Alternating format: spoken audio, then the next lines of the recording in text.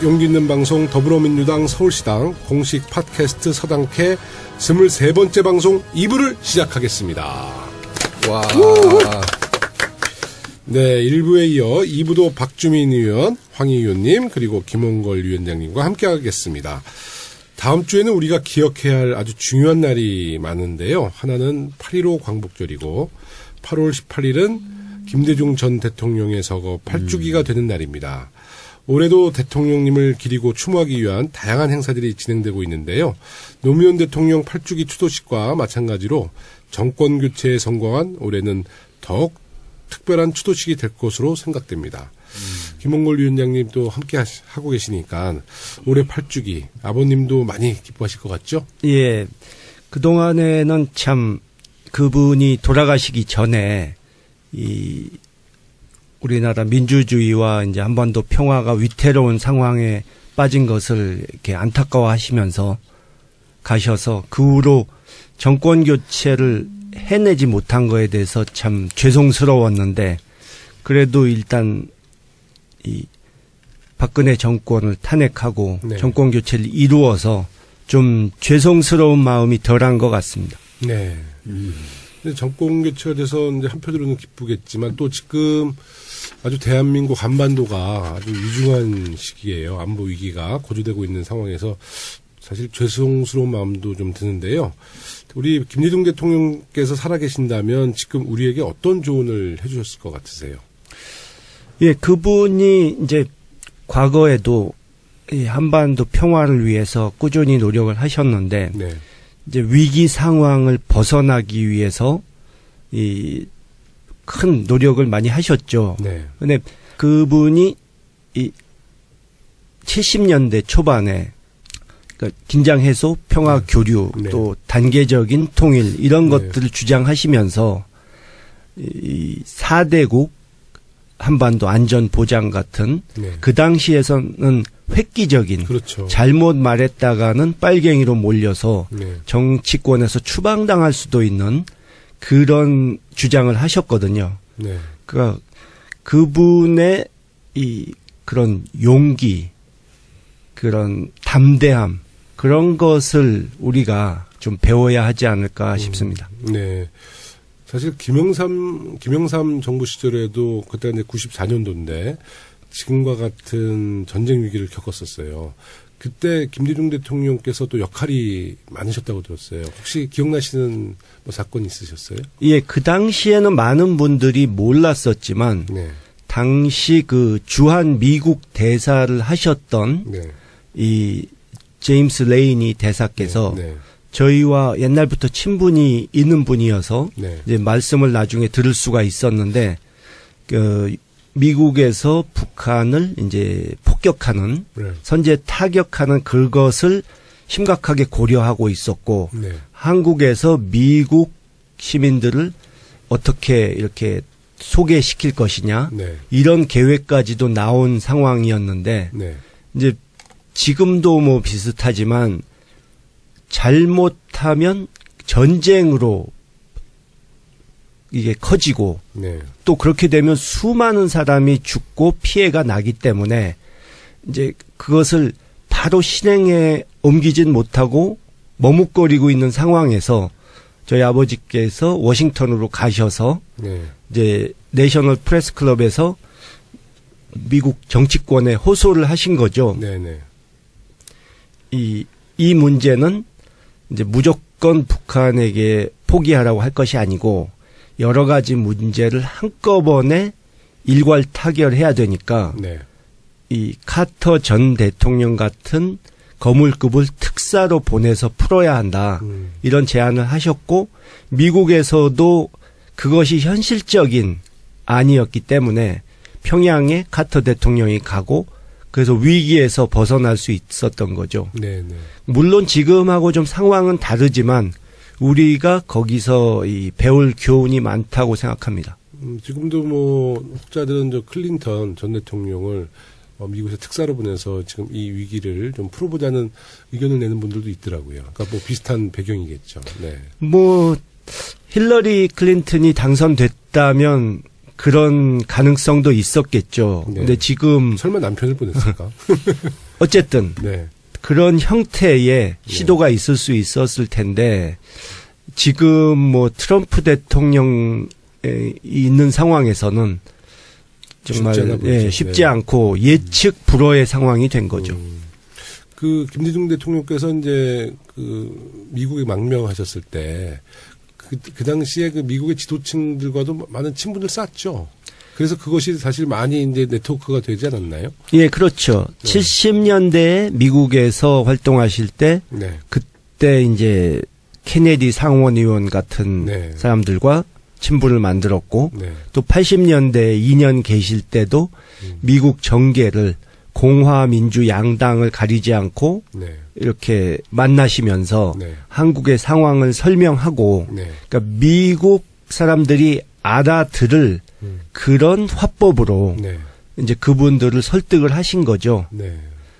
그것이 94년 위기 해소에 많이 도움이 됐다고 저는 네. 봅니다. 네. 올해 8주기 추도 행사들이 벌써 전국적으로 진행되고 있는데요.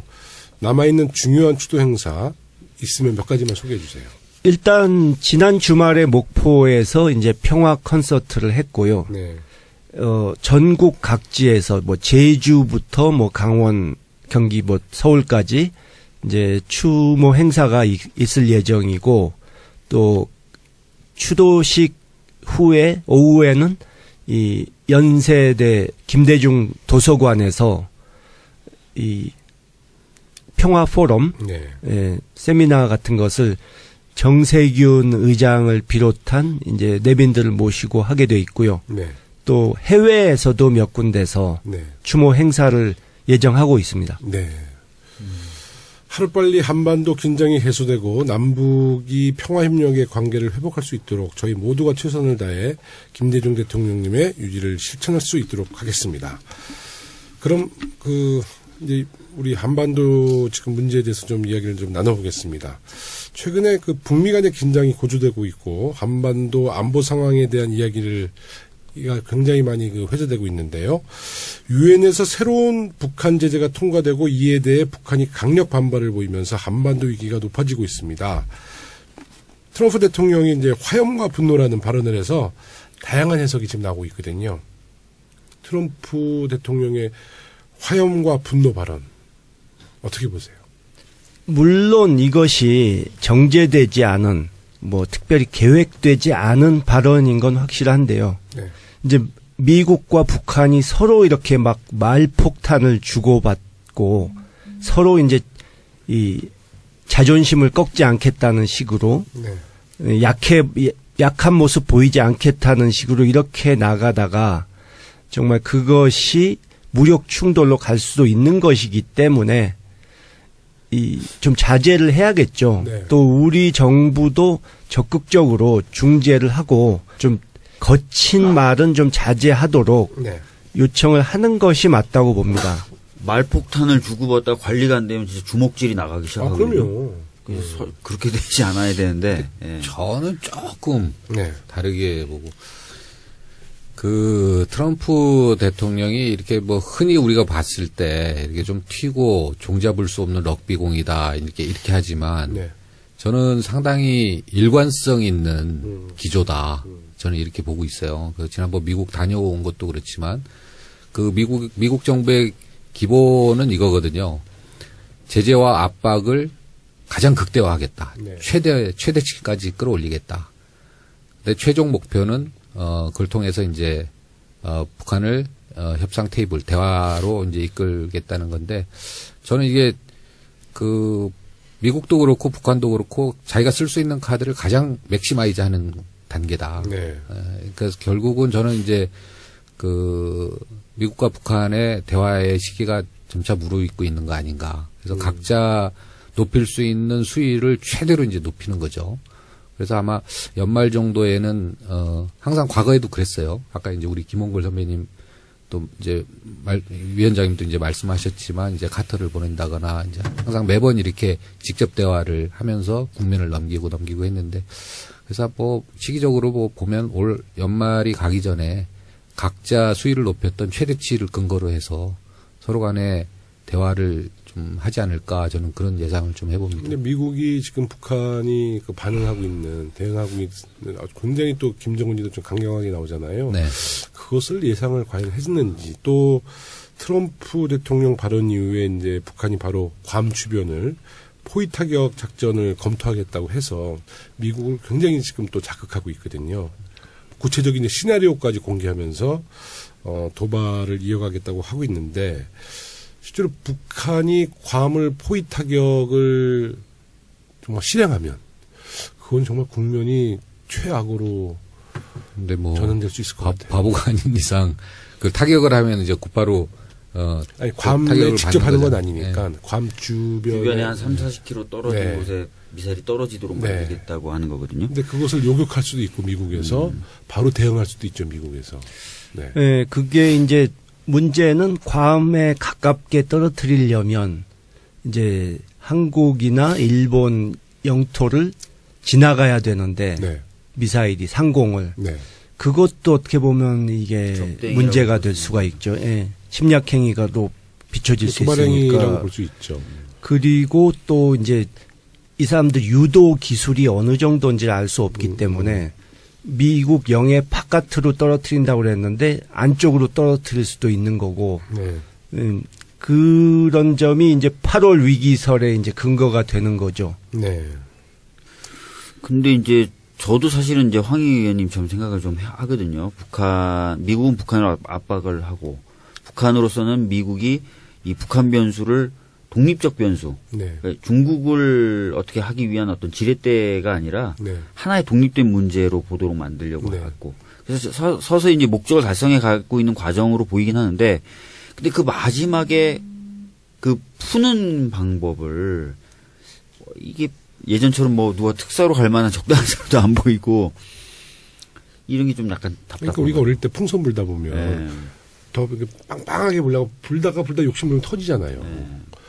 그러니까 이게 고조됐을 때 어느 정도 그 양국 간에 좀 채널이 가동돼야 되는데 전혀 지금 그런 증거가 없다 보니까 한편으로는 좀 걱정돼요. 결국 네. 이제 그 뭐 ICBM 네. 이거를 보유하고 있는 나라가 몇 나라 안 되잖아요. 네. 예? 뭐 러시아, 중국, 이스라엘, 인도, 미국 이 정도인데 뭐 러시아하고 중국이야 이제 미국과의 이제 어떻게 보면 경쟁 관계에 있어서 서로 뭐 이렇게 어느 정도의 질서가 있는 거 아니겠습니까? 네. 그다음에 이제 인도나 이스라엘 같은 경우에는 뭐 미국 입장에서는 우방이고. 네. 그런데 이제 그 외로 적대 국가인 북한이 이제 ICBM을 만약에 보유했다.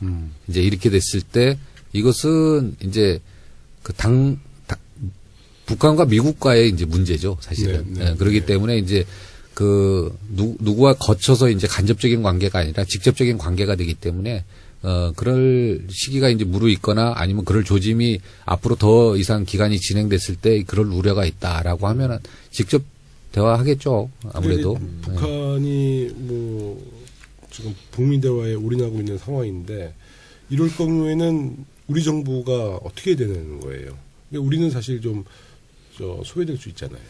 저는 그거 뭐 당연한 거라고 보고요. 왜냐하면 미국과 북한의 문제이기 때문에 네. 당연한데 다만 이제 우리가 같이 이제 한반도의 리스크가 같이 적용되기 때문에 네. 우리는 이제 이럴 때일수록 약간 좀 분리해서 이제 우리가 나서서 이제 하기보다는 이 남북 간의 이 문제들 있잖아요. 네. 이 부분을 저희는 최대로 뭐 민간 교류라든가 이 부분은 그 미국과 북한과의 이런 이런 위험성 이런 것과는 조금 저희가 분리해서 가능한 최대한 저희가 그래서 분리 대응해야 된다. 저는 이렇게 생각합니다. 북한과 미국의 저희들은 우리나라는 계속해서 그 대화를 하라는 메시지 계속 줘야 될 것 같아요. 첫째는 한반도에는 네. 무조건 평화. 전쟁 나면 안 된다는 거 강력하게 의사표명을 해야 될 것 같고요. 네. 그래서 북한한테도 대화하자. 근데 네. 니네들이 진짜 전쟁 일으킬 것 같으면 우리도 가만 안 있겠다는 얘기를 해야 되고. 네. 미국한테 절대 전쟁 안 된다. 네. 우리 절대 반대한다는 메시지는 계속 보내야 될 것 같아요. 네. 그러면서 이제 대화를 하도록 계속 좀 이야기를 해주는 것이 좀 필요할 것 같고요. 근데 이 상황에서 자유한국당 의원님들은 핵을 갖다 자꾸 얘기하셔가지고 완전히 그 잘못하면 불난집에 진짜 기름 붓는 게 될 수도 그렇죠. 있는데. 그리고 앞으로 뭐 한 6개월, 1년 사이가 이 아주 중요한 시기인데 어느 세월에 핵을 만듭니까? 말이 안 되죠. 그 또 지금 제가 듣는 이야기들 중에 하나는 지금 미국에서 선제 타격 내지 폭탄 투하 뭐 이런 그러니까 당장 실천하지 않지만 이제 가정 시나리오를 좀 만드는데 네. 한국 정부에 이제 같이 함께 시나리오를 만들자. 근데 하여튼 문재인 정부에서는 뭐 전쟁의 전자도 안 된다. 그러니까 그런 미국 측의 요청에 대해서 그냥 절대로 전쟁이라는 소리는 꺼내지도 말라. 아주 단호하게 지금 대응하고 있대요, 또. 예, 그 전쟁급을 막아야겠다는 의지 표명은 분명히 하는 게 좋을 것 같고요. 네, 네. 저는 방금 황희 의원께서 말씀하신 이제 결국은 대화로 풀 수밖에 없을 것이다, 북미가. 네. 그거에 그동안 그런 같은 의견을 가져왔고 그렇게 되기를 바라는데 이제 만약에 이 최악의 사태도 또 상정해서 대비는 해야 되기 때문에 말씀을 좀 드리자면 이게 양쪽이 지금 일종의 자존심 싸움에다가 어떻게든 나중에 대화 협상을 하더라도 자기네가 유리한 상황에서 그렇죠. 상대는 기가 죽은 상황에서 테이블에 앉아야 유리하다. 또 자존심이 쓴다. 이런 생각을 하니까 이제 결국 대화가 안 되는 것 아닙니까? 근데 이제 이 국내외에서 들어본 바로는 이제 핵의 소형화 네. 또 그리고 대기권 재진입과 네. 장거리로 미국까지 보내는 그 부분이 아직 완벽하게 완성은 안 된 것 같은데 한 8개월에서 12, 13개월이면 북이 해낼 것이다. 네. 근데 미국이 그렇게 되기 두세 달 전에 그것을 선제 타격으로 막으려 할 가능성이 있다. 이렇게 보는 거고요. 그 지난번 94년 때처럼 제일 이제 난관은 미국 시민들을 한국에서 다 탈출을 시켜야 되는데 소개를 해야 되는데 그것은 이 우리 정부나 북쪽에서 모르게 몰래 할 방법이 없다는 거죠. 없죠. 그러니까 기습적으로 할 수가 없다 하는 것과 오늘 뭐 언론에 났듯이 이제 그게 일종의 전쟁을 시작하는 행위인데 미국 의회에서 원래는 전쟁을 하려면 미국 의회에서 뭐 이라크전 할 때처럼 표결을 해서 해야 되는데 그러면 이 기습적으로는 못하는 거 아닙니까? 네, 네, 네. 또 선전포고를 안 하고 하는 것도 국제법상으로 좀 문제가 있고 그러니까 미국이 선제 공격을 하려고 할 때 그런 어려움이 있다는 거죠. 네, 네. 근데 뭐 이 경우에 따라서는 이 북한의 어떤 도발 행위가 있을 때 우리를 겨냥해서 하는 것 같아서 어쩔 수 없이 쏠 수밖에 없었다.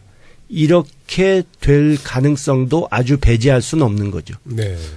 저는 오히려 이게 이 사안 자체가 특히 이제 사드를 중심으로 해서 이게 미중 간 패권 구도의 산물 아니냐. 그래서 이런 것들이 연장선상으로 계속 지속되고 간다면 이거 상당히 심각하다고 봐요. 네. 왜냐하면 저희는 중국과의 수출 의존도가 1위 아닙니까? 네. 중국과의 어떤 경제 문제라든가 네. 또 동북아 내에서의 안보 문제를 둘러싼 미국과의 관계라든가 이 사이에서 상당히 난감한 상황이 될 수도 있는데 이게 미중 간의 시선이 미중 간의 패권에서 북미 간의 어떤 그 관계로 옮겨가는 순간 저는 의외로 문제는 조금 더 미중 패권 구도보다는 조금 더 심플하지 않을까. 왜냐하면 이제 직접 나서서 해결할 수도 있고 그다음에 워낙 그 힘의 균형 차이가 있기 때문에 이 부분은 충분히 오히려 더 복잡하지 않게 해결할 수도 있겠다. 네. 이런 생각이 좀 듭니다. 중국 이야기도 좀 해볼게요. 지금 중국과의 외교 협력도 중요한 시기인데 사드 추가 배치 발표 이후로 중국과의 협력도 쉽지 않은 상황입니다. 중국이 실제적으로 북한의 영향력을 행사할 수 있다고 보세요? 핵 문제를 해결할 정도의 영향력이 있었으면 벌써 했겠죠. 네. 근데 그거는 어려운 얘기고 중국 측에 계속 주장하는 중국 측 사람들이 계속 주장하는 건 그거 아닙니까? 우리가 만든 문제도 아니고 북미 간의 이 불화 때문에 생긴 문제인데 왜 우리 보고 해결하라고 하느냐. 네. 또 이 북한이 원하는 것, 이 미국 측에서 자기네를 침략하지 않고 또 정권을 바꾸려 하지 않고 그런 보장을 해주면서 평화협정을 해달라는 그런 요구를 중국은 들어줄 수가 없는데 우리가 무슨 수로 해결하느냐 이런 거죠. 그리고 완전히 중국이 북한이 완전히 고립돼서 이 원유라든가 뭐 식량이라든가 다 끊어버리면 북한에서 어떤 사태가 일어날지 모르는데 그렇게 되면 우리 남쪽이나 중국이나 정말 골치 아픈 이 위험한 사태가 벌어질 수도 있다. 근데 그 나중에 그렇게 되면 그 누가 책임지느냐 하는 거죠. 그러니까 그 미국이 예전에 사담 후세인을 제거할 때 후세인 정권만 무너지면 이라크가 민주국가가 되고 그래도 좀 살만한 세상이 될 줄 알았는데 오히려 거기가 지옥으로 변하지 않았습니까? 네. 그런 예를 참고해야 되는 거죠. 네. 그 제가 최근에 중국 그 지도층을 한번 만나서 들은 이야기인데 이제 우리 문재인 정부 출범 이후에 우리 정부 측에서 이제 중국을 사드 문제를 이렇게 설득을 한다는 거죠. 북한의 핵이 사라지면 사드도 자연스럽게 사라진다. 두 번째는 중국 정부가 북한을 강하게 견제하면 북한 핵은 사라질 것이다. 근데 이렇게 우리가 설득을 한다는 거예요. 근데 북한 지도층에서 중국의 그 지도부에서 뭐라 그러냐면 그 논리는 박근혜 정부와 완전히 일치된 논리다. 그 비슷한 주장했었죠. 정부가 박근혜 정부라는 다른 정부인데 왜 같은 논리로 우리를 설득하느냐. 제발 그 얘기하지 마라. 그러니까 정말 짜증난다까지 얘기를 하더라고요. 네. 그래서 아마 그 우리 관료들, 외교부 관료들이 이제 박근혜 정부 때 관료들이잖아요. 어떻게 보면. 네. 그래서 저희가 좀 새로운 논리로 이제 중국을 좀 더 적극적으로 설득해야 될 것 같아요. 근데 이제 우리가 중국을 설득할 수 있는 방법은 같은 아시아 문화권이잖아요. 네. 좀 인본 중심으로 저희가 역사적인 배경에서 중국인들에게 정말 좀 더 진정성이 있고 우리가 중국과 미국과 같은 큰 사이즈의 국가는 아니지 않습니까? 네. 그래서 정말 저희가 처해 있는 이 어려움을 주변 국가 또 가까운 국가 또 5,000년 역사를 함께했던 중국에게 정말 진정하게 좀 얘기를 하면 중국도 이 상황이 뭐 사드 문제나 이런 지금 북핵 문제가 우리 한국으로부터 인해서 유발된 게 아니라 사실 뭐 아까 말씀했던 미국과 중국의 패권 이 사이 속에 한국이 지금 아주 고통을 받고 있다는 걸 알거든요. 그래서 좀 진정성 있는 자세로 중국도 좀 더욱 적극적으로 설득해 나가야 된다고 보거든요.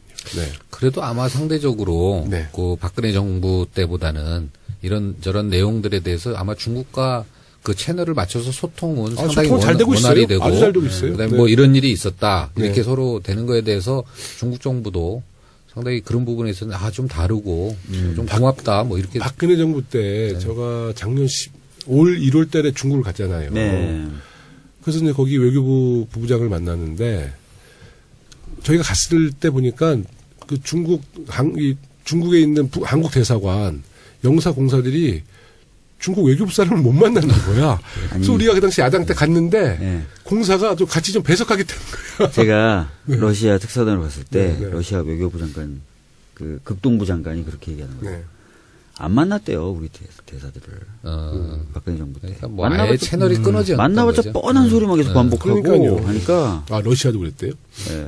중국도 뭐 전혀 우리 그 대사관 직원을 안 만나준 거예요. 그러니까요. 예, 지금 사태를 희망적으로 보는 분들은 이제 금년 가을에 중국 공산당 대회가 끝나면 좀 한국에 대한 제재를 좀 약간 풀어주는 방향으로 갈 것으로 보는 분도 있던데, 제가 중국에서 들은 것은 정반대고요.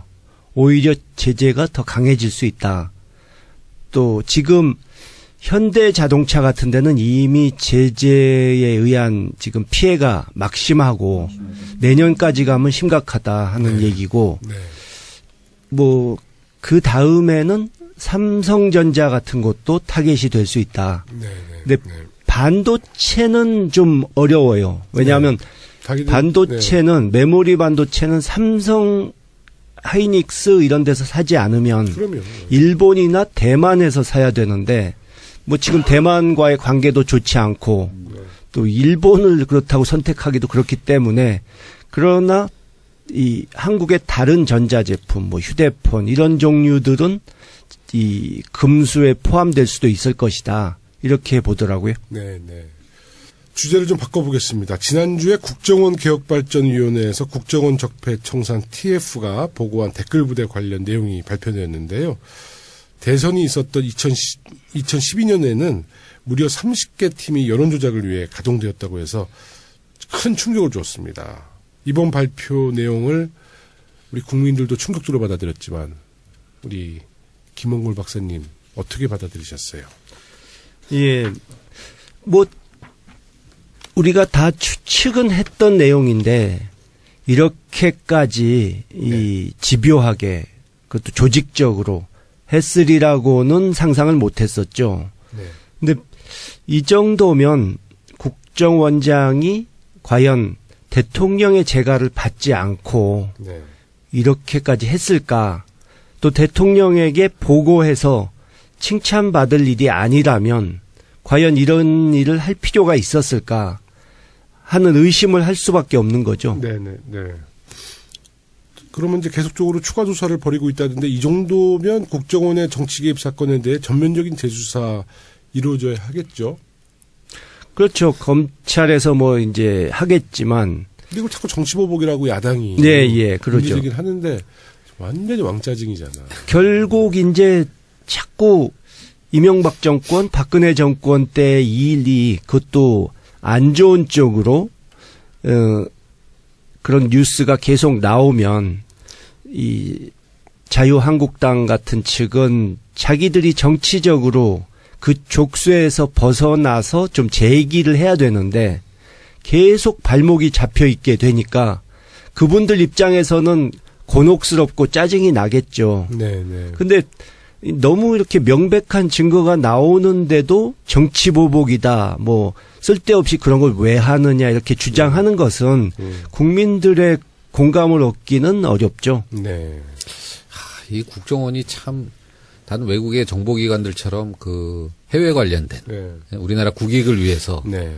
뭔가 특히 이렇게 사강 외교가 이렇게 막 아주 복잡하고 지금 이런 시기에 뭔가 뭐 이런 기여를 했다는 얘기를 참 들었으면 좋겠어요. 정말 그래요. 네. 저희가 그 민주정부 2기까지 김대중 노무현 정부 이후에 망가졌던 이들의 그 과거 이제 여당들의 그 공안 시스템이 다 무너졌던 게 10년 동안 이게 지금 이명박 박근혜 정부를 거치면서 거의 다 부활. 복원됐다. 네, 뭐 이렇게 이야기하고 거지. 있거든요. 네, 네, 그래서 네.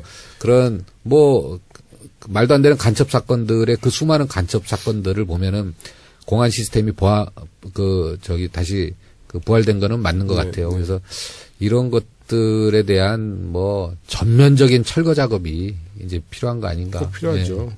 그리고 이 정도 규모의 여론조작팀을 운영하기 위해서는 주로 청와대 경험들이 두 분 계시니까 청와대에 보고가 돼야 용인되는 거 아니에요? 그러니까 대통령이 뭐 지시 아니면 인지는 하지 않았을까요? 그 사람들이 왜 그런 거 했겠어요? 네. 그거 당연히 보고하고 이쁨 받으려고 그렇게 하지 않았겠어요? 네. 예, 뭐 작은 프로젝트도 아니고 핵심 프로젝트였던 것 같은데 네. 그리고 이 국정원 직원들 사실 이 엘리트들 아닙니까? 네. 뽑을 때. 근데 이런 거 지시 받아서 할 때 상당수는 정말 한심하다는 생각을 스스로 했을 거예요. 내가 이런 거 하러 여기에 왔나. 과거에 자괴감. 제가 생각나는 게 제가 이 전에 옛날에 만난 분이 이제 박정희 정권 때 이제 고시 합격하고 이 청와대에 파견 가서 근무를 했던 사람인데 71년 대선 때 이제 박정희 정권과 저희 아버지가 이제 맞섰을 때 네. 지방에 내려가서 부정선거를 감독하는 역할을 맡았었대요. 네. 근데 이 미리 기표해 놓은 유권자가 찍은 게 아니라 자기네들이 미리 기표해 놓은 것을 함에다가 이렇게 넣는 것을 이렇게 했는데 네. 자기도 속으로 아니 내가 고시 합격해서 우리 동네에서는 천재 소리 들었는데 겨우 이런 거 하고 있나 하는 정말 너무 한심한 생각이 들어서 화가 나서 그 투표용지를 찢어버렸다고 네. 그런 얘기를 하시더라고요. 네. 현재 진행되는 국정원 적폐청산 작업에 대해서 이제 MB 측 핵심 측근이 선을 지켜라 이런 발언을 했다고 합니다. 이에 대해서 어떻게 생각하세요? 근데 그냥 실소만 나오는데요. 네. 그 이명박 전 대통령이 이 사업가로서 또 정치인, 국가 원수로서 넘지 말아야 할 선을 수백 번 넘나든 분인데 네.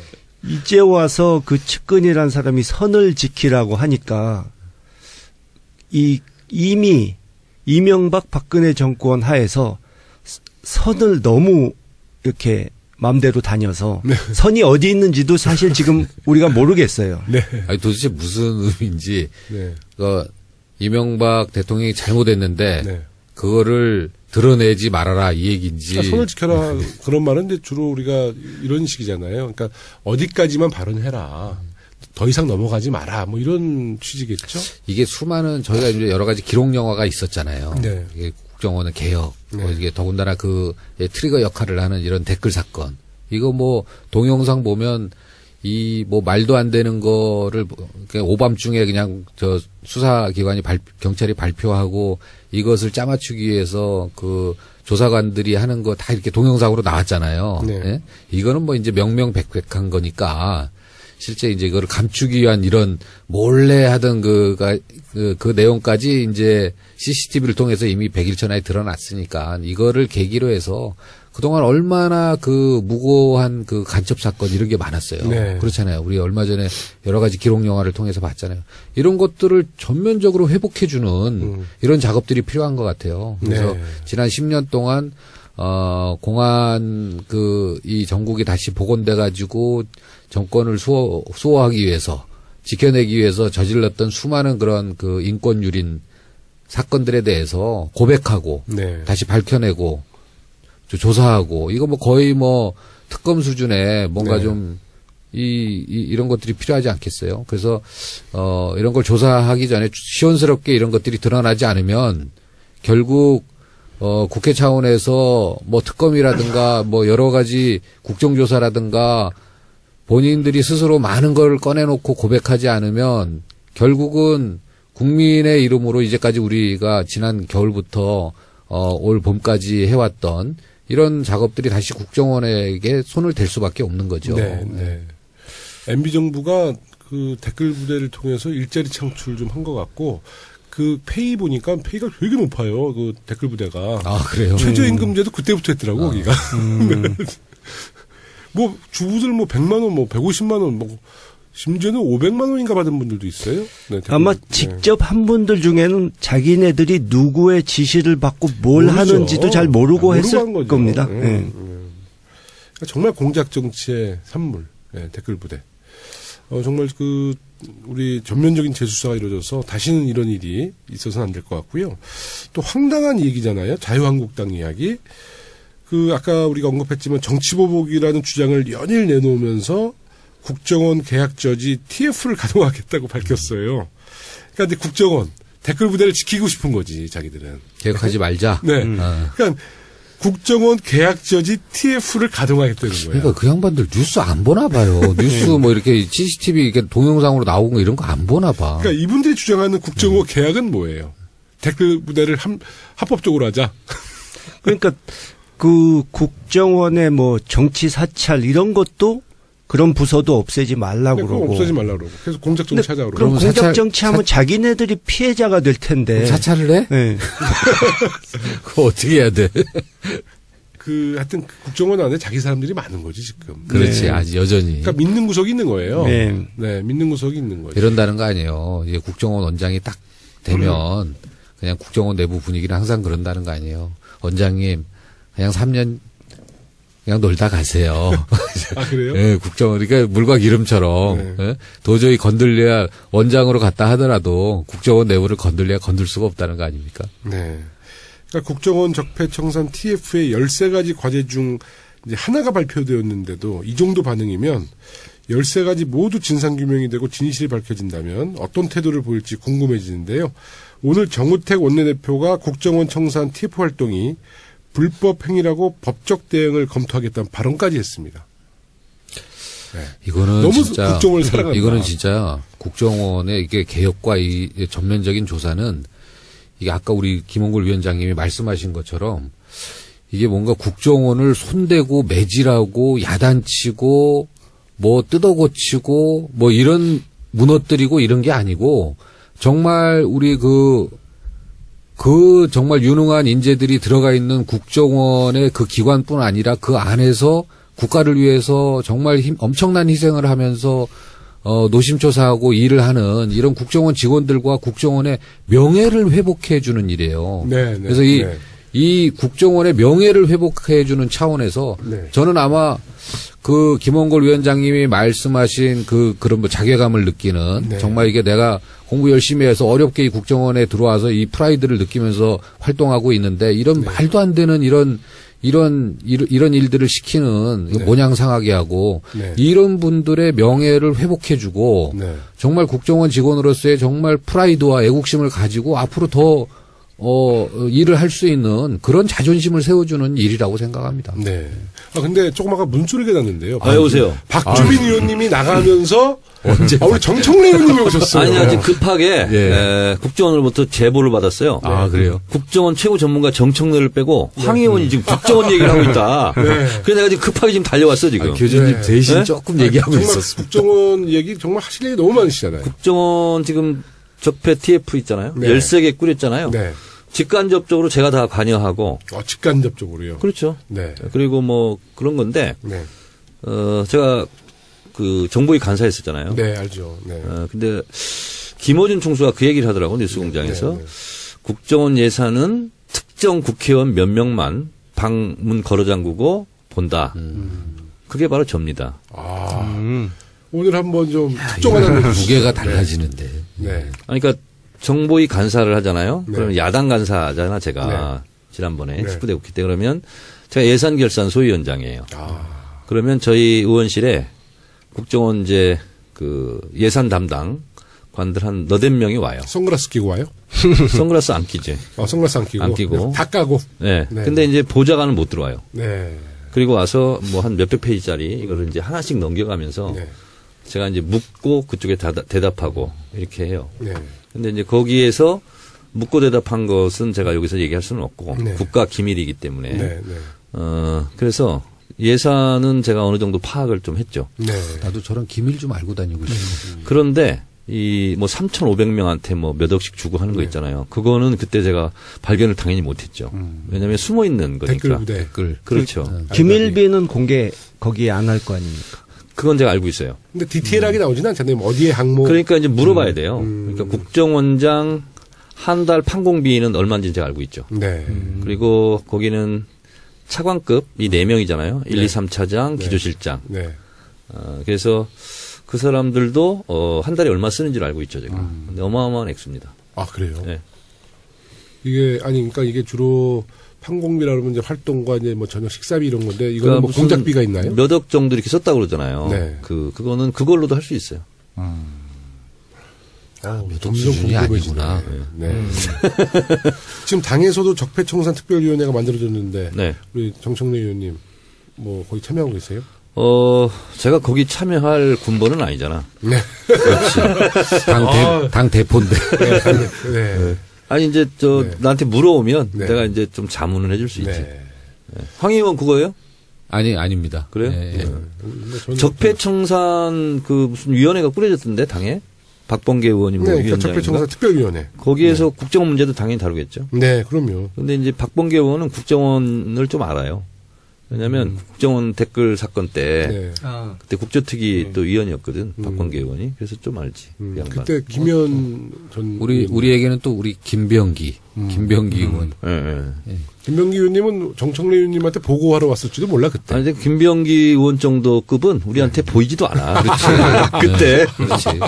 우리는 1, 2, 3차장, 기조실장, 그리고 이제 무슨 대공실장, 네. 대공수사국장, 내지는 뭐 북한 정보실장 뭐 그 정도급 정도까지만 우리가 비밀 정보 많이 가로지는. 아니 근데 나는 그게 제일 알고 싶더라고요. 이 보면 국정원이 국내 파트가 있는 이유는 이 한반도의 특수성 때문에 그 대한민국 사회에서 활동하는 그 간첩들 네. 잡아내는 거 요거 하나밖에 없잖아요. 그죠? 그 외에는 없는 거 아닙니까? 네. 스파이 활동하는 거를 잡아내기 위해서 국내 파트가 있는 건데 테러 그런 간첩들을 잡아낸 사례가 많이 있나요? 아니 그러니까 간첩 별로 요즘 잡지도 못하잖아. 아니 그러면은 이게 국내 파트가 아무런 쓸모가 없는 거 아니에요? 엉뚱한 문재인 대통령이 댓글이나 이렇게 하고 확실하게 국정원을 개혁하겠다는 의지를 저는 어디서 봤냐면 대공수사권을 폐지하겠다. 네. 이게 핵심 중에 핵심이거든요.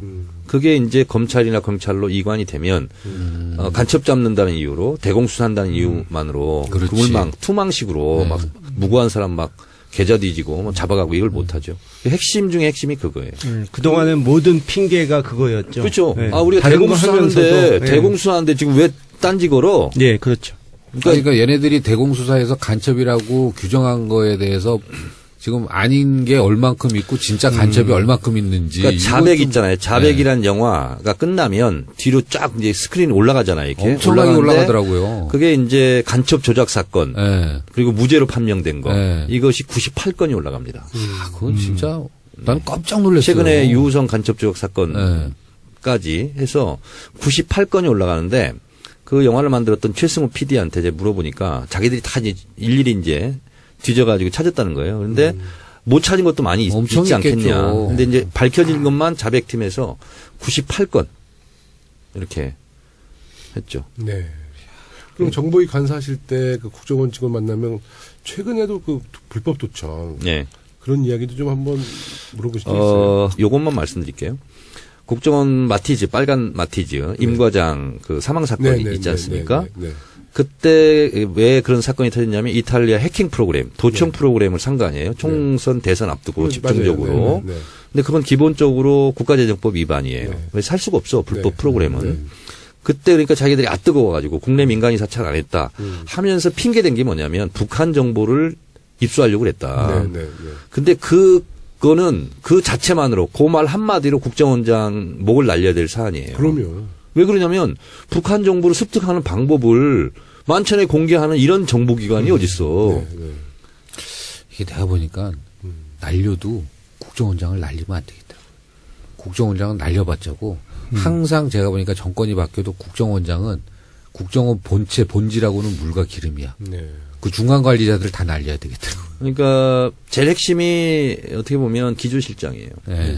기조실장이 조직과 예산을 다 분배하고 가지고 있잖아요. 그러니까 기조실장은 정통 그 국정원 출신이 아니라 주로 이제 좀 정치권에서 내려보내는 그러기도 하고 안 그러기도 하고 김영호 그렇죠. 의원한테는 좀 아픈 촉이 있는 분일 수도 있어요. 이강래 전 의원이 기조실장을 했었고, 알죠.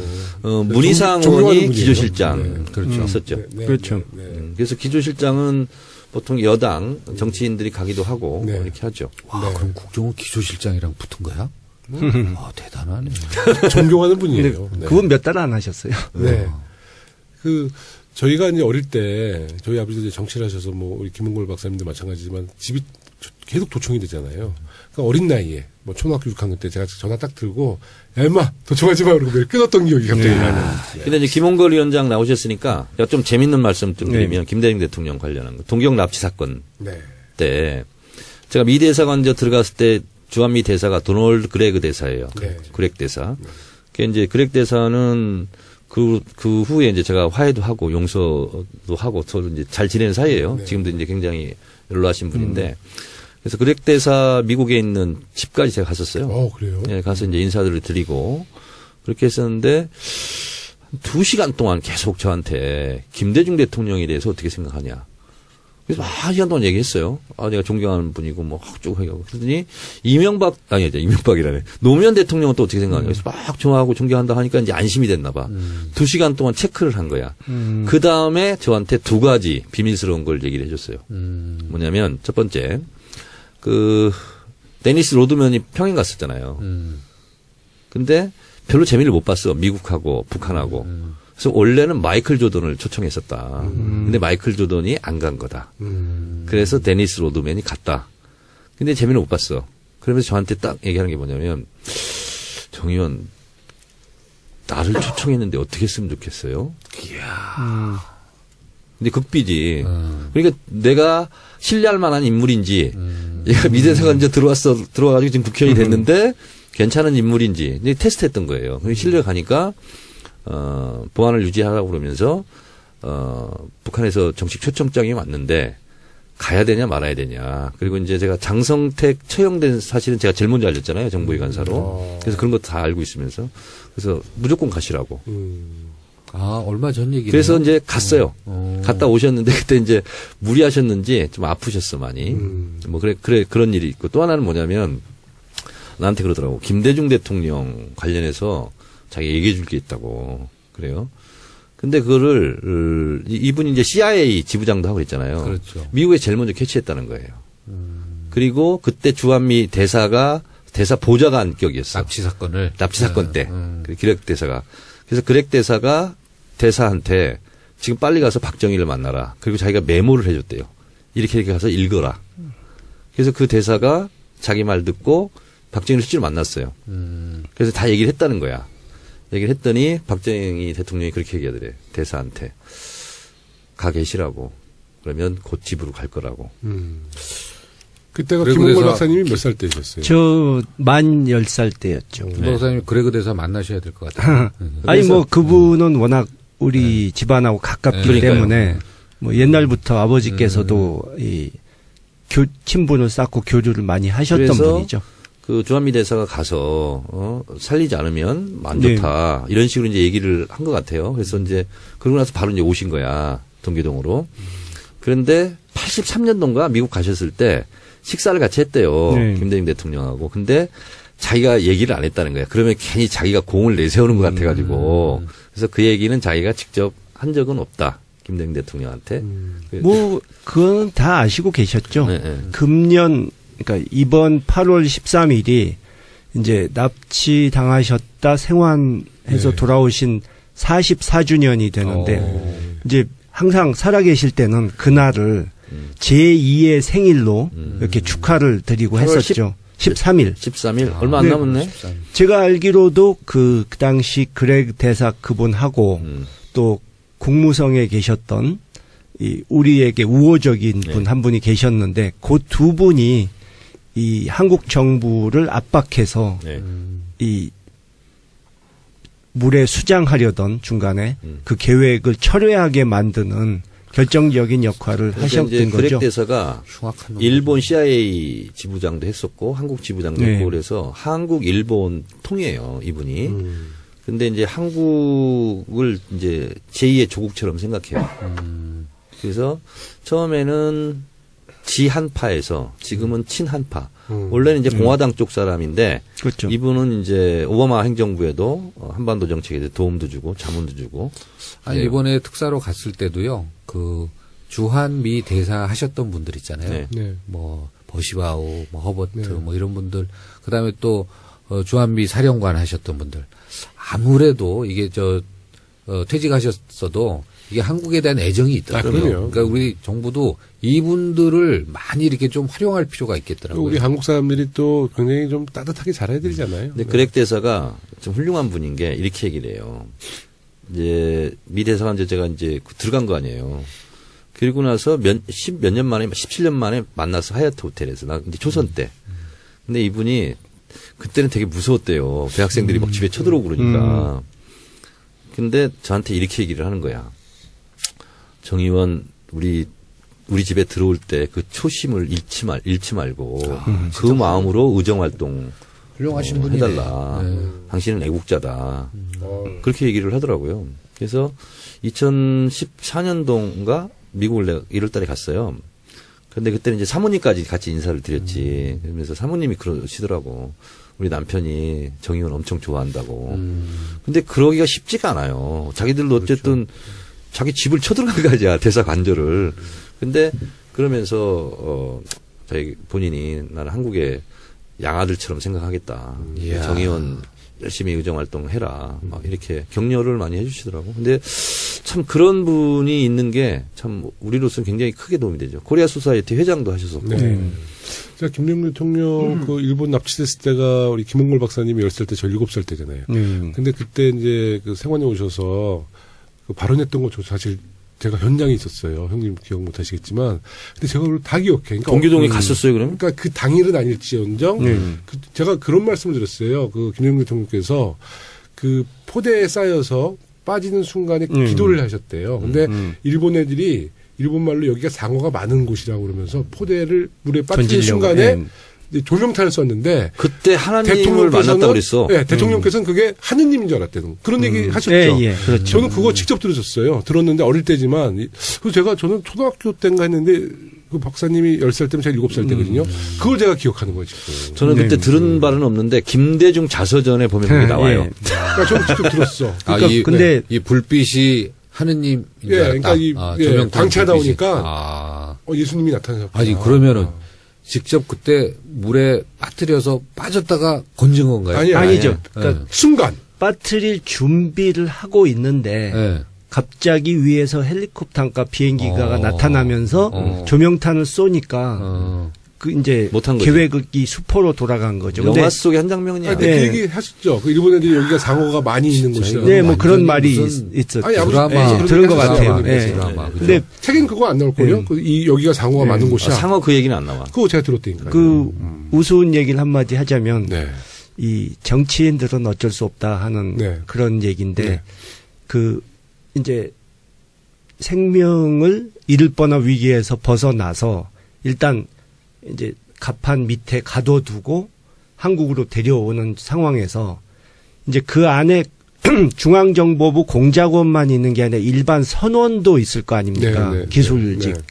그 사람 중에 한 사람이 와서 보더니 아니 당신 김대중 선생 아닙니까? 뭐 하면서 반가워하면서 아우 내가 지난번 선거 때 이 선생님 찍었는데요. 뭐 이런 말을 했대요. 근데 지금 죽을지 살지 모르는 상황에서도 나 찍었다는 사람 만나니까 그렇게 반갑더라. 그 말씀을 하시더라고요. 대기 어디세요? 지역구가 어디세요? 김대중 대통령께서 저 초선 국회의원들 때 찍었어요, 저. 제가 나보고. 그러니까. 그때 우리 초선 돼가지고 동계동 갔었는데 내가 좀 그런 거 잘 물어보거든. 대통령님 질문 있습니다. 정 의원 뭐예요? 그래서 저 찍었어요? 그때는 이제 열린우리당하고 민주당하고 분당이 돼 있을 때잖아. 그래서 대통령이 나 찍었어요? 이렇게 했는데 옆에 이우 여사도 저도 찍었어요. 이렇게 된 거야. 저는 찍어냈다는 얘기는 찍어냈다. 저도 찍었습니다. 그랬어요? 근데 이 작년에 다시 한번 더 찍을 기회가 있었는데 이게 그렇게 돼서. 아닌 게 아니라 저희 그 국민의 정부 때 뭐 여러 가지 IMF부터 해서 여러 가지 어려운 게 있었잖아요. 이제 해외에 나가보면 우리가 남아공에서 넬슨 만델라 대통령이 되면은 뭐 남아공 사정을 떠나서 저 나라 뭐 좀 이제 되겠다 뭐 이런 기대감이 있잖아요. 근데 이제 김대중 대통령께서 이제 대통령 되시고 그런 개인적으로 가지고 계신 크레딧이 있으셨던 것 같아요. 국제사회에서 이제는 뭐 김대중 대통령이 대통령 됐으니까 이게 한국 사회가 뭐가 좀 잘 돌아가겠구나 이런 신뢰가 크레딧이 좀 있어서 그걸로 많이 극복했던 것 같아요. 제가 2008년도 9년도 중국의 런민따시에 가서 이제 공부했잖아요. 또 중국말. 근데 그때 중국 학생들이 뭐라고 얘기하냐면 자기들은 존경을 그 중국말로 준딩이라고 그러거든. 진따종 총통. 진중 그렇게 하는 거야. 엄청 존경한다는 거예요. 그러면서 루시엔 총통도 존경하고. 근데 리밍보 반대한다고. 근데 김대중 대통령은 실제로 그 이번에 제가 북유럽도 갔다 왔잖아요. 노르웨이. 그래 노벨 평화상 그 김대중 대통령 이제 사진도 있고 다 있는데 우리가 생각하는 것보다 외국에서 더 훨씬 더 먹어주죠. 네. 훌륭한 분이죠. 근데 어제 오늘 그런 생각이 이상하게 만나려고 그랬나? 김대중 대통령은 훌륭하지만 김대중 대통령 수하, 김대중 대통령을 따랐던 사람들은 안 훌륭하게 변한 사람들이 너무 많더라고 보니까. 참 안 됐어. 실명 거론은 하지 마시고. 응? 실명 거론은 하지 마시고. 박지원 뭐 이런 실명은 내 거론하지 않아요. 하여튼, 아니, 사실 오늘 정청래 의원님이 오늘 여기 이 장소에 오실 줄 몰랐잖아요. 갑자기 풍성해졌어요. 네. 근데 방송 분량이 정말 알차게 잘. 마무리가 잘 되네요. 마무리 잘 됐습니다. 감사합니다. 네. 국정원은 있잖아요. 네. 몇 가지를 봐야 되는데 대공수사권을 실제로 폐지하느냐. 네. 이게 핵심이고요. 저는 제일 핵심이 뭐냐면 대통령 직속기관에서 해제하는 것. 왜냐하면 대통령 직속기관이기 때문에 힘이 있는 거거든요. 그래서 대통령을 보호하고 대통령께 충성하는 게 아니라 국가와 국민에게 충성하려면 대통령 직속기관에서 해제해야 돼요. 네. 그래서 실제로 유럽에는 많이 그렇게 하고 있고. 그래서 그것까지는 아직 생각을 못 하고 있는 것 같더라고요. 네. 방송을 마무리하겠습니다. 네. 2017년도 국정감사. 네. 숨겨진 적폐를 찾아냈는데 우리 모두 노력할 것을 약속드리면서 서당계 23번째 방송 2부 이것으로 마치겠습니다. 혹시 못하신 말씀 있으시면. 아니, 네. 감기 걸렸는데 목소리가 상당히 매력적이시네요. 네. 네. 남이 같죠? 남이. 네. 우리 김홍걸 우리 위원장님 하실 말씀 있으시면. 예. 저희 8월 18일 날 돌아가신 아버지 추도식을 10시에 현충원에서 하고요. 네. 또 오후에는 연세대 김대중 도서관에서 네. 이제 기념 추모하는 세미나 네. 이렇게 하게 되니까 네.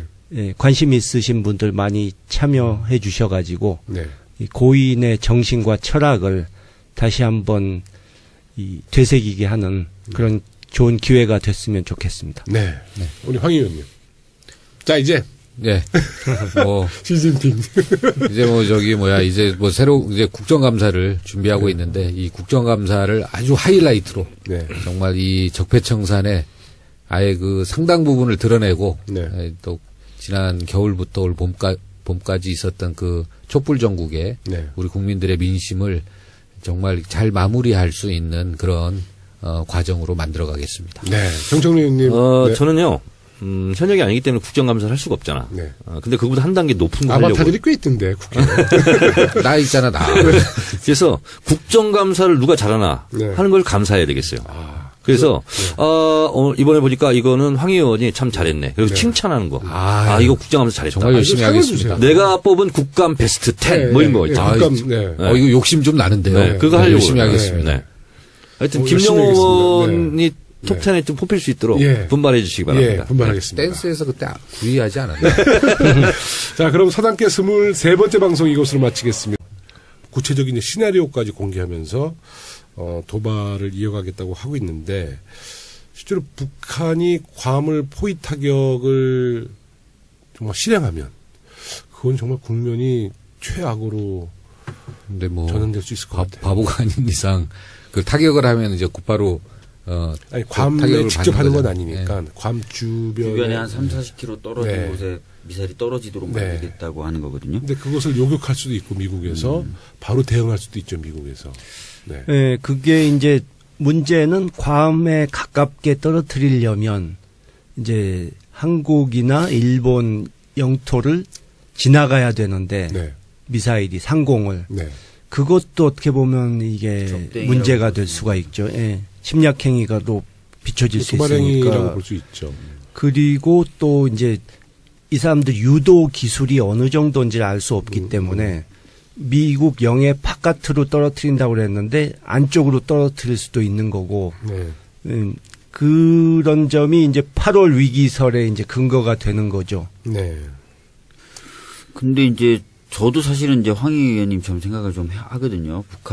미국은 북한을 압박을 하고 북한으로서는 미국이 이 북한 변수를 독립적 변수, 네. 그러니까 중국을 어떻게 하기 위한 어떤 지렛대가 아니라 네. 하나의 독립된 문제로 보도록 만들려고 네. 했고, 그래서 서서히 이제 목적을 달성해 가고 있는 과정으로 보이긴 하는데, 근데 그 마지막에 푸는 방법을 이게 예전처럼 누가 특사로 갈 만한 적당한 사람도 안 보이고 이런 게 좀 약간 답답하고. 그러니까 우리가 어릴 때 풍선 불다 보면 네.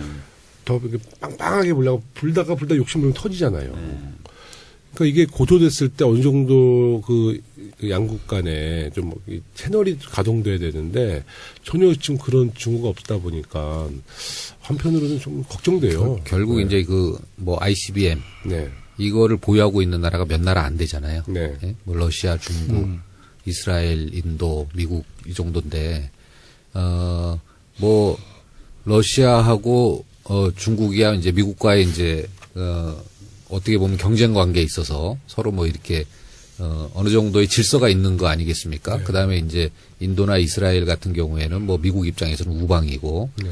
그런데 이제 그 외로 적대 국가인 북한이 이제 ICBM을 만약에 보유했다. 이제 이렇게 됐을 때 이것은 이제 그 북한과 미국과의 이제 문제죠, 사실은. 네, 네, 그렇기 네. 때문에 이제 그 누구와 거쳐서 이제 간접적인 관계가 아니라 직접적인 관계가 되기 때문에 그럴 시기가 이제 무르익거나 아니면 그럴 조짐이 앞으로 더 이상 기간이 진행됐을 때 그럴 우려가 있다라고 하면은 직접 대화하겠죠, 아무래도. 북한이 뭐 지금 북미 대화에 올인하고 있는 상황인데 이럴 경우에는 우리 정부가 어떻게 되는 거예요? 우리는 사실 좀 소외될 수 있잖아요. 저는 그거 뭐 당연한 거라고 보고요. 왜냐하면 미국과 북한의 문제이기 때문에 네. 당연한데 다만 이제 우리가 같이 이제 한반도의 리스크가 같이 적용되기 때문에 네. 이런 계획까지도 나온 상황이었는데 네.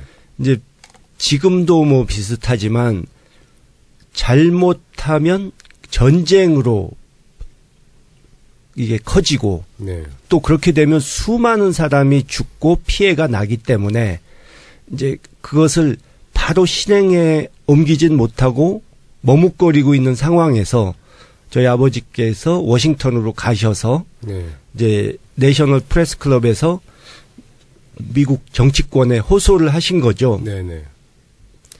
이 문제는 이제 무조건 북한에게 포기하라고 할 것이 아니고 여러 가지 문제를 한꺼번에 일괄 타결해야 되니까 네. 이 카터 전 대통령 같은 거물급을 특사로 보내서 풀어야 한다. 이런 제안을 하셨고 미국에서도 그것이 현실적인 안이었기 때문에 평양에 카터 대통령이 가고 그래서 위기에서 벗어날 수 있었던 거죠. 네. 네. 물론 지금하고 좀 상황은 다르지만 우리가 거기서 배울 교훈이 많다고 생각합니다. 지금도 뭐 혹자들은 저 클린턴 전 대통령을 미국에서 특사로 보내서 지금 이 위기를 좀 풀어보자는 의견을 내는 분들도 있더라고요. 그러니까 뭐 비슷한 배경이겠죠. 네. 뭐 힐러리 클린턴이 당선됐다면 그런 가능성도 있었겠죠. 네. 근데 지금 설마 남편을 보냈을까? 어쨌든 네. 그런 형태의 시도가 있을 수 있었을 텐데 지금 뭐 트럼프 대통령이 있는 상황에서는 정말 쉽지 않고 예측 불허의 상황이 된 거죠. 그 김대중 대통령께서 이제 그 미국에 망명하셨을 때 그 당시에 그 미국의 지도층들과도 많은 친분을 쌓았죠. 그래서 그것이 사실 많이 이제 네트워크가 되지 않았나요? 예, 그렇죠. 네. 70년대에 미국에서 활동하실 때 네. 그때 이제 케네디 상원의원 같은 네. 사람들과 친분을 만들었고 네. 또 80년대에 2년 계실 때도 미국 정계를 공화민주 양당을 가리지 않고 네. 이렇게 만나시면서 네. 한국의 상황을 설명하고 네. 그러니까 미국 사람들이 알아들을 그런 화법으로 네. 이제 그분들을 설득을 하신 거죠. 네. 그것이 이 94년 위기 해소에 많이 도움이 됐던 것 됐다고 같아요. 저는 네. 봅니다. 네. 올해 8주기 추도 행사들이 벌써 전국적으로 진행되고 있는데요. 남아있는 중요한 추도 행사 있으면 몇 가지만 소개해 주세요. 일단 지난 주말에 목포에서 이제 평화 콘서트를 했고요. 네.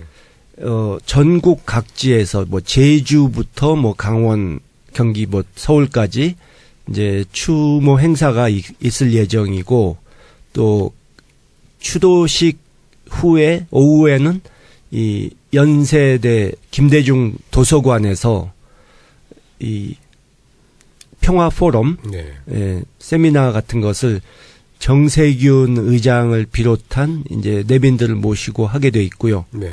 또 해외에서도 몇 군데서 네. 추모 행사를 예정하고 있습니다. 네. 하루빨리 한반도 긴장이 해소되고 남북이 평화협력의 관계를 회복할 수 있도록 저희 모두가 최선을 다해 김대중 대통령님의 유지를 실천할 수 있도록 하겠습니다. 그럼 이제 우리 한반도 지금 문제에 대해서 좀 이야기를 좀 나눠보겠습니다. 최근에 북미 간의 긴장이 고조되고 있고 한반도 안보 상황에 대한 이야기가 굉장히 많이 회자되고 있는데요. 유엔에서 새로운 북한 제재가 통과되고 이에 대해 북한이 강력 반발을 보이면서 한반도 위기가 높아지고 있습니다. 트럼프 대통령이 이제 화염과 분노라는 발언을 해서 다양한 해석이 지금 나오고 있거든요. 트럼프 대통령의 화염과 분노 발언 어떻게 보세요?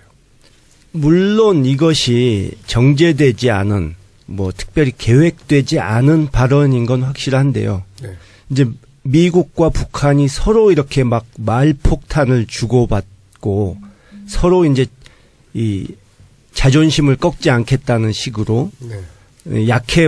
약한 모습 보이지 않겠다는 식으로 이렇게 나가다가 정말 그것이 무력 충돌로 갈 수도 있는 것이기 때문에 좀 자제를 해야겠죠. 네. 또 우리 정부도 적극적으로 중재를 하고 좀 거친 말은 좀 자제하도록 네. 요청을 하는 것이 맞다고 봅니다.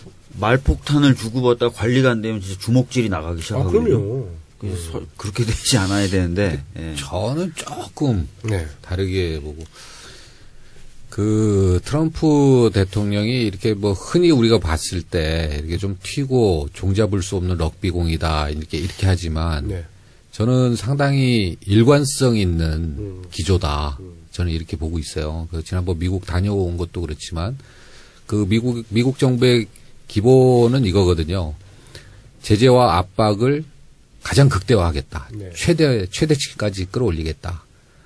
근데 최종 목표는 그걸 통해서 이제 북한을 협상 테이블 대화로 이제 이끌겠다는 건데 저는 이게 미국도 그렇고 북한도 그렇고 자기가 쓸 수 있는 카드를 가장 맥시마이즈하는 단계다. 네. 그래서 결국은 저는 이제 미국과 북한의 대화의 시기가 점차 무르익고 있는 거 아닌가. 그래서 각자 높일 수 있는 수위를 최대로 이제 높이는 거죠. 그래서 아마 연말 정도에는 항상 과거에도 그랬어요. 아까 이제 우리 김홍걸 선배님 또 이제 위원장님도 이제 말씀하셨지만 이제 카터를 보낸다거나 이제 항상 매번 이렇게 직접 대화를 하면서 국면을 넘기고 했는데 그래서 시기적으로 보면 올 연말이 가기 전에 각자 수위를 높였던 최대치를 근거로 해서 서로 간에 대화를 좀 하지 않을까 저는 그런 예상을 좀 해봅니다. 근데 미국이 지금 북한이 대응하고 있는 굉장히 또 김정은지도 좀 강경하게 나오잖아요. 네. 그것을 예상을 과연 했는지 또 트럼프 대통령 발언 이후에 이제 북한이 바로 괌 주변을 포위 타격 작전을 검토하겠다고 해서 미국을 굉장히 지금 또 자극하고 있거든요. 우리는 이제 이럴 때일수록 약간 좀 분리해서 이제 우리가 나서서 이제 하기보다는 이 남북 간의 이 문제들 있잖아요. 이 부분을 저희는 최대로 민간 교류라든가 이 부분은 미국과 북한과의 이런 이런 위험성 이런 것과는 조금 저희가 분리해서 가능한 최대한 저희가 분리 대응해야 된다. 저는 이렇게 생각합니다. 북한과 미국의 저희들은 우리나라는 계속해서 대화를 하라는 메시지 계속 줘야 될 것 같아요. 첫째는 한반도에는 무조건 평화. 전쟁 나면 안 된다는 거 강력하게 의사표명을 해야 될 것 같고요. 네. 그래서 북한한테도 대화하자. 근데 니네들이 진짜 전쟁 일으킬 것 같으면 우리도 가만 안 있겠다는 얘기를 해야 되고 미국한테 절대 전쟁 안 된다. 우리 절대 반대한다는 메시지는 계속 보내야 될 것 같아요. 그러면서 이제 대화를 하도록 계속 좀 이야기를 해주는 것이 좀 필요할 것 같고요. 근데 이 상황에서 자유한국당 의원님들은 핵을 갖다 자꾸 얘기하셔가지고 완전히 잘못하면 불난집에 진짜 기름 붓는 게 될 수도 있는데. 그리고 앞으로 한 6개월, 1년 사이가 아주 중요한 시기인데 어느 세월에 핵을 만듭니까? 말이 안 되죠. 또 지금 제가 듣는 이야기들 중에 하나는 지금 미국에서 선제 타격 내지 폭탄 투하 이런 그러니까 당장 실천하지 않지만 이제 가정 시나리오를 좀 만드는데 네. 한국 정부에 이제 같이 함께 시나리오를 만들자. 근데 하여튼 문재인 정부에서는 뭐 전쟁의 전자도 안 된다. 그러니까 그런 미국 측의 요청에 대해서 그냥 절대로 전쟁이라는 소리는 꺼내지도 말라. 아주 단호하게 지금 대응하고 있대요, 또. 예, 그 전쟁급을 막아야겠다는 의지 표명은 분명히 하는 게 좋을 것 같고요. 네, 네. 저는 방금 황희 의원께서 말씀하신 이제 결국은 대화로 풀 수밖에 없을 것이다, 북미가. 네. 그거에 그동안 그런 같은 의견을 가져왔고 그렇게 되기를 바라는데 이제 만약에 이 최악의 사태도 또 상정해서 대비는 해야 되기 때문에 말씀을 좀 드리자면 이게 양쪽이 지금 일종의 자존심 싸움에다가 어떻게든 나중에 대화 협상을 하더라도 자기네가 유리한 상황에서 그렇죠. 상대는 기가 죽은 상황에서 테이블에 앉아야 유리하다. 또 자존심이 쓴다. 이런 생각을 하니까 이제 결국 대화가 안 되는 것 아닙니까? 근데 이제 이 국내외에서 들어본 바로는 이제 태계 소형화 네. 또 그리고 대기권 재진입과 네. 장거리로 미국까지 보내는 그 부분이 아직 완벽하게 완성은 안 된 것 같은데 한 8개월에서 12, 13개월이면 북이 해낼 것이다. 네. 근데 미국이 그렇게 되기 두세 달 전에 그것을 선제 타격으로 막으려 할 가능성이 있다. 이렇게 보는 거고요. 그 지난번 94년 때처럼 제일 이제 난관은 미국 시민들을 한국에서 용기 있는 방송 더불어민주당 서울시당 공식 팟캐스트 서당캐 23번째 방송 2부를 시작하겠습니다. 와. 네, 1부에 이어 2부도 박주민 의원, 황희 의원님 그리고 김홍걸 위원장님과 함께하겠습니다. 다음 주에는 우리가 기억해야 할 아주 중요한 날이 많은데요. 하나는 8.15 광복절이고 8월 18일은 김대중 전 대통령의 서거 8주기가 되는 날입니다. 올해도 대통령님을 기리고 추모하기 위한 다양한 행사들이 진행되고 있는데요. 노무현 대통령 8주기 추도식과 마찬가지로 정권 교체에 성공한 올해는 더욱 특별한 추도식이 될 것으로 생각됩니다. 김홍걸 위원장님도 함께 하고 계시니까 올해 8주기 아버님도 많이 기뻐하실 것 같죠? 예. 그동안에는 참 그분이 돌아가시기 전에 이 우리나라 민주주의와 이제 한반도 평화가 위태로운 상황에 빠진 것을 이렇게 안타까워하시면서 가셔서 그 후로 정권 교체를 해내지 못한 거에 대해서 참 죄송스러웠는데 그래도 일단 이 박근혜 정권을 탄핵하고 네. 정권 교체를 이루어서 좀 죄송스러운 마음이 덜한 것 같습니다. 네. 정권 교체가 돼서 이제 한편으로는 기쁘겠지만 또 지금 아주 대한민국 한반도가 아주 위중한 시기예요. 안보 위기가 고조되고 있는 상황에서 사실 죄송스러운 마음도 좀 드는데요. 우리 김대중 대통령께서 살아계신다면 지금 우리에게 어떤 조언을 해주셨을 것 같으세요? 예, 그분이 이제 과거에도 이 한반도 평화를 위해서 꾸준히 노력을 하셨는데 네. 이제 위기 상황을 벗어나기 위해서 이 큰 노력을 많이 하셨죠. 네. 근데 그분이 이 70년대 초반에 그러니까 긴장 해소, 평화 교류, 네. 또 단계적인 통일 이런 네. 것들을 주장하시면서 이 4대국 한반도 안전 보장 같은 네. 그 당시에서는 획기적인 그렇죠. 잘못 말했다가는 빨갱이로 몰려서 네. 정치권에서 추방당할 수도 있는 그런 주장을 하셨거든요. 네. 그러니까 그분의 이 그런 용기, 그런 담대함 그런 것을 우리가 좀 배워야 하지 않을까 싶습니다. 네. 사실 김영삼 정부 시절에도 그때 이제 94년도인데 지금과 같은 전쟁 위기를 겪었었어요. 그때 김대중 대통령께서 또 역할이 많으셨다고 들었어요. 혹시 기억나시는 뭐 사건 있으셨어요? 예, 그 당시에는 많은 분들이 몰랐었지만 네. 당시 그 주한 미국 대사를 하셨던 네. 이 제임스 레이니 대사께서 네.